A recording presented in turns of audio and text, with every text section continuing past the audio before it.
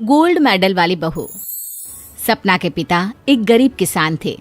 माँ पिता खेत में काम करते तो पीछे से सपना गांव के बच्चों के साथ हॉकी खेलती।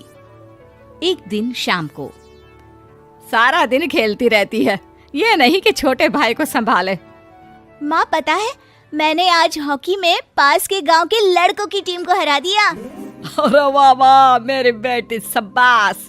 ये ले रुपया, जा जाकर टॉफी खा ले। सपना खुशी से पिता के गले लग जाती है और बाहर चली जाती है। अरे तुम इसको बिगाड़ रहे हो, मैं ना इसकी शादी ही करा दूंगी। ऐसा कैसे शादी करा देगी? हाँ, अभी तो उम्र खेलने की है। माँ बड़बड़ करती वहां से निकल जाती है। लेकिन शाम को उन लोगों के घर कुछ लोग आते हैं। अरे राम सुखिया, जरा ये तो बतलाओ, सपना के बारे में क्या सोचा है? अरे क्या सोचना है मास्टर जी, पढ़ रही है, जितना पढ़ सकती है पढ़े, फिर शादी करवा देंगे, कोई अच्छा सा गांव का ही लड़का देख लेंगे। अरे तुम तो उसके पिता हो, तुमको कुछ नहीं पता? माँ घबरा जाती है। अरे का मास्टर जी, का पता नहीं, का हो गया? हम तो इनसे पहले ही बोल रहे थे कि लड़की की जात है, संभाल लो। अरे भाभी जी, आप भी ना कभी अच्छा भी सोच लिया करो। अरे सपना क्या खेलती है हॉकी, बड़े से बड़े आदमी भी नहीं जीत पाते हैं उससे। कल गांव में एक टीम आ रही है, लड़कियों की हॉकी खेलने उसे भेज देना, वहां शायद कुछ बात बन जाए। अरे ना मास्टर जी, कोई खेल वेल नहीं करवाना हम लोगों को, वो भी शहर के लोगों के साथ तो बिल्कुल भी ना। शहर के लोगों को ना कोई भरोसा नहीं होता मास्टर जी। अरे कैसी बात कर रही हो सपना की माँ, बुरा आदमी तो हर जगह मिल जाएगा, उसके लिए शहर का और गांव का। हाँ मास्टर जी, हम लोग तैयार हैं, कल आ जाएगी सपना वक्त से। माँ के लाख मना करने पर भी पिता सपना को हॉकी टीम के लिए भेज देते हैं। शाम को सपना वापस आती है, लेकिन लट के मुंह से। और क्या हो गया, मार खाई हो का? कौन मारेगा हमें? कोई मार वार खाकर नहीं आए। अरे फिर शकल पर 12 क्यों बजे हैं, बताओगी? देखो माँ, आप समझोगी नहीं, बताकर फायदा क्या है? अरे बिटिया रानी, हम तो समझेंगे ना, हमें ही बता दे। सपना पापा के गले लग जाती है। पापा, मैं ना सिलेक्ट हो गई हूँ भारत की हॉकी टीम में खेलने के लिए। अरे वाह, ये तो बहुत ही खुशी की बात है मेरे बच्चे। फिर मेरी गुड़िया काहे परेशान है? पापा, मुझे दिल्ली जाना पड़ेगा आगे की प्रैक्टिस के लिए।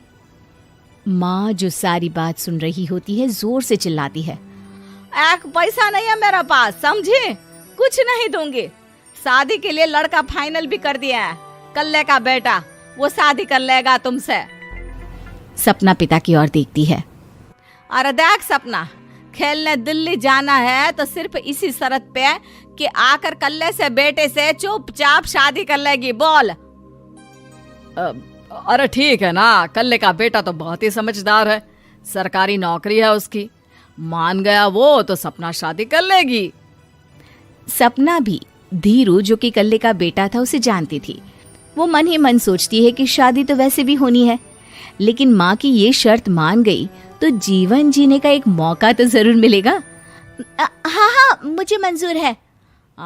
तो कल मैं उन लोगों को बुला लूं? पिता और सपना दोनों एक दूसरे को देखते हैं। अब माँ ठीक है ना, बुलाने की क्या जरूरत है, वो लोग पसंद कर रहे हैं ना मुझे, वही ठीक है।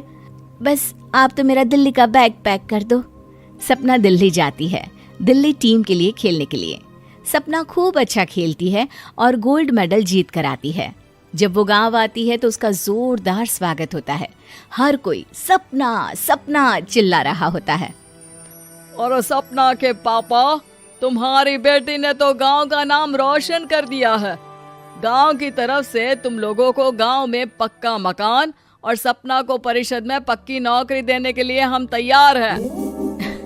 अरे वाह वाह, पक्का मकान, ये तो बहुत अच्छी बात है, लेकिन सपना की नौकरी नहीं चाहिए हमें। हाँ, कैसी बात कर रही हो सपना की माँ? लड़की की नौकरी रहेगी तो अपने पैरों पर खड़ी रहेगी, किसी के आगे झुकने की जरूरत ना पड़ेगी। अरे चुप रहो, हम तो नौकरी ना करते हैं, पर मजाल है कि किसी के आगे झुके हो। ना, हमारी बेटी नौकरी नहीं करेगी। पिता लाख समझाते हैं लेकिन माँ नहीं मानती। और फिर वो दिन भी आ जाता है जब सपना को अपने कहे अनुसार लड़के से शादी भी करनी पड़ती है। ससुराल में।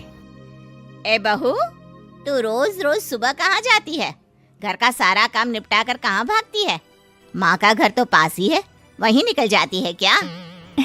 नहीं माँ जी, मैं हॉकी खेलने जाती हूँ, मुझे खेलना पसंद है। खेलना पसंद है? अरे कैसी बात कर रही है बहू, शादी के बाद तो कोई लड़की खेलती फैलती नहीं है, वो घर का काम काज देखती है। सपना कुछ नहीं कहती। वो एक रोज कमरे में अपनी अलमारी ठीक कर रही होती है कि तब सुनो, वो जो लटक रहा है ना, क्या बोलते हैं उसे? मेडल। सपना पति की बात सुनकर खुश हो जाती है, उनके पास जाती है। मैं सोच ही रही थी कि तुमने कभी पूछा क्यों नहीं। ये मेडल है, मैंने जीता है। पता है, हॉकी में बड़ा मैदान, बहुत से लोग, 2 टीम और फिर शुरू होता है जुनून। पता है, लगता है जैसे बस जिंदगी यही है, खेलते रहो, भागते रहो, दौड़ते रहो और लक्ष्य को पालो। सुनो ना, मैं ना भारतीय टीम के लिए खेलना चाहती हूँ। माँ, यहाँ तो आ जरा। सपना हैरान हो जाती है कि ये क्या हो गया, पति अचानक से माँ को क्यों बुला रहा है। हाँ बेटा, क्या हो गया? काहे गला फाड़ रहे हो? माँ, ये सपना क्या कह रही है? अरे बीवी तो बोलती ही रहती है बेटा, लेकिन क्या हो गया, चिल्ला क्यों रहे हो? ऐसा क्या बोल दिया इसने? माँ ये बोल रही है कि इसको खेलना है भारतीय टीम के लिए। सपना डर जाती है। नहीं माँ जी, मैंने कहा कि मैं चाहती हूँ कि वो मैं बोला था ना, शादी के बाद कोई खेलता नहीं, घर का काम काज देखता है, लेकिन फिर भी। नहीं माँ जी, ठीक है, मैं घर का काम देखूंगी, कल से मैं खेलने भी नहीं जाऊंगी, माफ कर दीजिए। सपना पति की तरफ देखती है जो माँ की तरफ देख रहा होता है। उसे गुस्सा तो आता है, लेकिन करती भी तो क्या, सास के सामने कैसे पति की क्लास लगाती। अरे बेटा, अब क्यों घूरे जा रहे हो बहू को? माँ, अभी इस बात का फैसला करके जाना, वरना ये तो तेरे कमरे से जाने के बाद मुझे। अब चुप हो जाइए आप, छोटी सी बात का बतंगड़ मत बनाइए। छोटी सी बात? बहू, ये कोई छोटी बात नहीं है। जो लड़की दिल्ली के लिए गोल्ड मेडल ला सकती है, वो देश के लिए भी तो गोल्ड ला सकती है ना। हम लोगों को किसी चीज की कमी नहीं है बहू, घर का काम तो कोई भी कर लेगा, लेकिन देश का नाम रोशन करने के लिए सपना चाहिए।